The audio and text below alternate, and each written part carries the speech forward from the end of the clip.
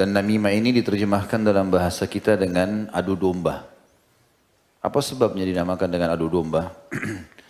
Kalau kita lihat domba, teman-teman mungkin yang melihara ini, kalau domba jantan sama jantan biasanya, walaupun lagi makan bersama, bersebelahan, itu mudah sekali untuk diadu.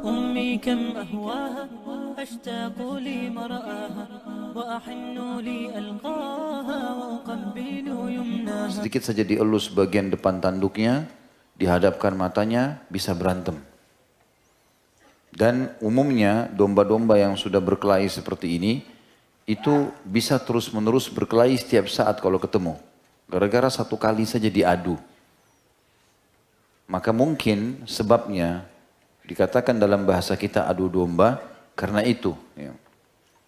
Karena memang berbahaya orang yang tadinya berteman, bersahabat, suami istri, orang tua sama anak, apalah ya, atasan sama bawahan, sahabat dengan sahabatnya ini bisa jadi rusak seketika hanya dengan masuknya orang ketiga yang berusaha untuk mengadu mereka.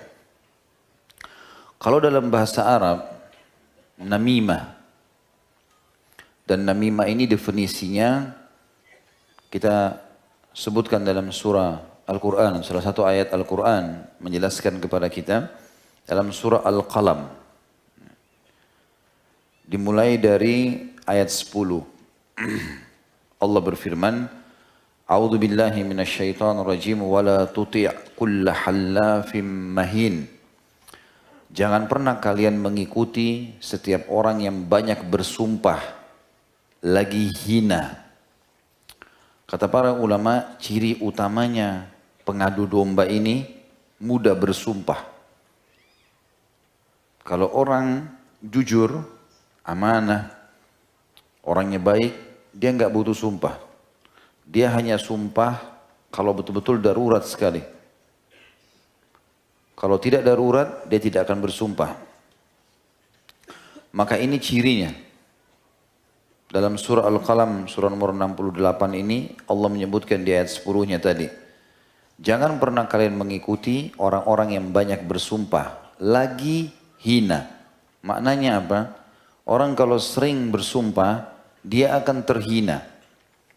Karena apa saja bersumpah. Saking seringnya sumpah, sampai-sampai kalau orang tanya, kamu sudah makan belum? Demi Allah sudah. Enggak ada hubungannya, enggak butuh sumpah di situ. Kamu tadi datang jam berapa di sini? Demi Allah jam 4. Enggak butuh sumpah. Orang kalau terbiasa sumpah hina dia. Karena seakan-akan dia pun tidak percaya dirinya sendiri. Di ayat 11-nya Allah sebutkan juga hammazim masya'im binamim. Ini saksi bahasan kita. Banyak mencelah dan kian kemari, kesana kemari menghambur fitnah. Namimah. Allah sebutkan di sini. Jadi orangnya cirinya suka menjatuhkan orang lain. Kalau antum ketemu sama orang, dari awal ketemu dan kenalan, yang dia sebutkan keburukan orang, itu sudah ciri orang namimah.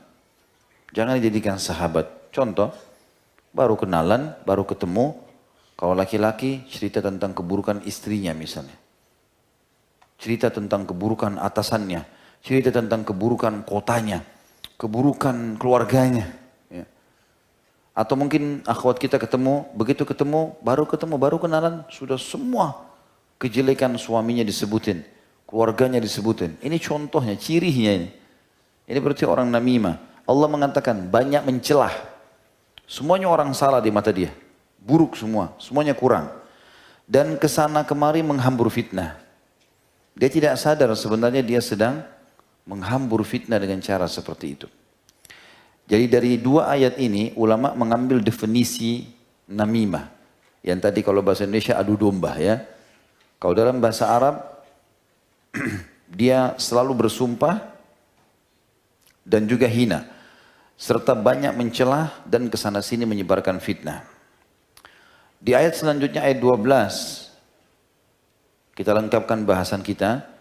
Ciri yang lain namimah adalah manna'il lil khairi mu'tadin athim.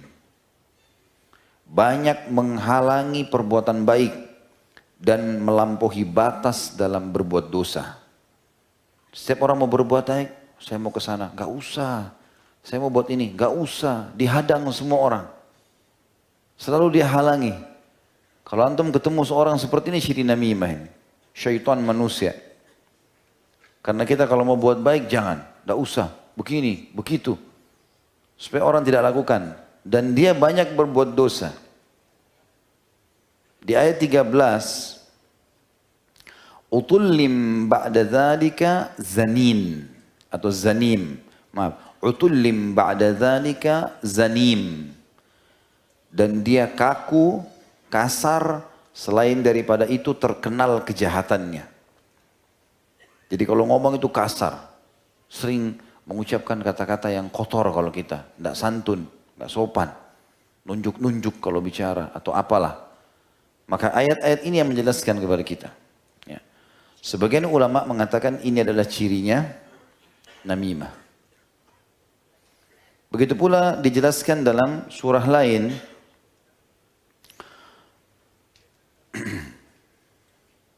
Dalam juz 30 tentunya. Surah nomor 104. Al-Humazah. A'udzu billahi minasyaitonir rajim. Bismillahirrahmanirrahim. Wailun likulli humazatin lumazah. Kecelakaan besar, kehinaan, kehancuran bagi setiap pengumpat lagi pencelah. Tadi sudah kita sebutkan dalam surah Al-Qalam, ciri mereka adalah suka mencelah. Di sini Allah rincikan pencelaannya seperti apa. Kalau humaza pakai ha, orang yang suka menceritakan aib orang lain dengan lisannya. Sehingga dia jatuhkan orang lain itu. Itu istri kamu memang begitu, suami kamu memang begini, itu atasan kamu memang seperti itu, komplek itu tidak bagus, pekerjaan itu, semuanya jelek. Itu humazah. Allah bilang kecelakaan, kehinaan, kehancuran. Dan juga masuk dalam makna wail adalah lembah di api neraka. Kemudian lumazah. Bedanya di awal hurufnya, kalau lumazah, orang yang mempraktekkan aib orang lain dengan sikapnya. Orang ngomongannya cadel dicontohkan, pincang dicontohkan, diolok-olok. Dan cirinya, selalu pembicaraannya orang-orang namimah ini, mereka selalu bicara masalah harta saja. Ujung-ujungnya kalaupun ada yang dia bahasakan, bicara masalah harta. Allah bilang dalam ayat 2-nya, alladzi jama'a malan wa 'addadah, sibuk mengumpulkan harta dan menghitung-hitungnya. Ayat 3-nya, yahsabu annama lahu akhlada, dia mengira bahwasanya hartanya dapat mengekalkannya. Kalla, sekali-kali tidak. La yumbadanna fil hutamah, pasti dia akan dilempar ke dalam hutamah. Ayat 5-nya, wa ma adraka mal hutamah, apakah kalian sudah tahu apa itu api hutamah? Neraka hutamah, kenapa harus takut darinya? Ayat 6-nya, narullahil muqadah, api yang disediakan oleh Allah yang berkobar-kobar, menyala dengan besar. Ayat 7-nya, allati tattali'u 'alal af'idah, yang akan membakar sampai ke jantung atau hati manusia. Innaha, ayat 8-nya, innaha 'alaihim muqsadah, sesungguhnya api itu akan tertutup rapat atau mengelilingi mereka, meliputi mereka, menutupi mereka. Fi amadim mumaddadah, dan mereka akan ada di tiang-tiang yang bergelantungan di dalam api neraka itu sendiri. Teman-teman sekalian, kalau kita bicara masalah adu domba ini, sebagaimana tadi ayat yang sudah kita bacakan, ada juga hadis Bukhari yang berbunyi, la yadkhulul jannata qattat, tidak akan pernah masuk surga qattat. Dan qattat ini akan kita bacakan nanti definisinya tentunya. Terjemah Indonesia adu domba. Ibnu Katsir mengatakan rahimahullah, al-qattat adalah orang yang menguping untuk mencuri pembicaraan orang lain tanpa sepengetahuan mereka. Lalu ia bawa pembicaraan tersebut kepada orang yang lain lagi dengan tujuan mengadu di antara mereka. Maka itu makna qattat. Dan makna daripada sabda Nabi SAW, tidak akan masuk surga, maksudnya dia akan masuk neraka dulu dengan perbuatannya kalau tidak sempat taubat. Tapi katat maknanya ini. Maknanya adalah adu domba ini.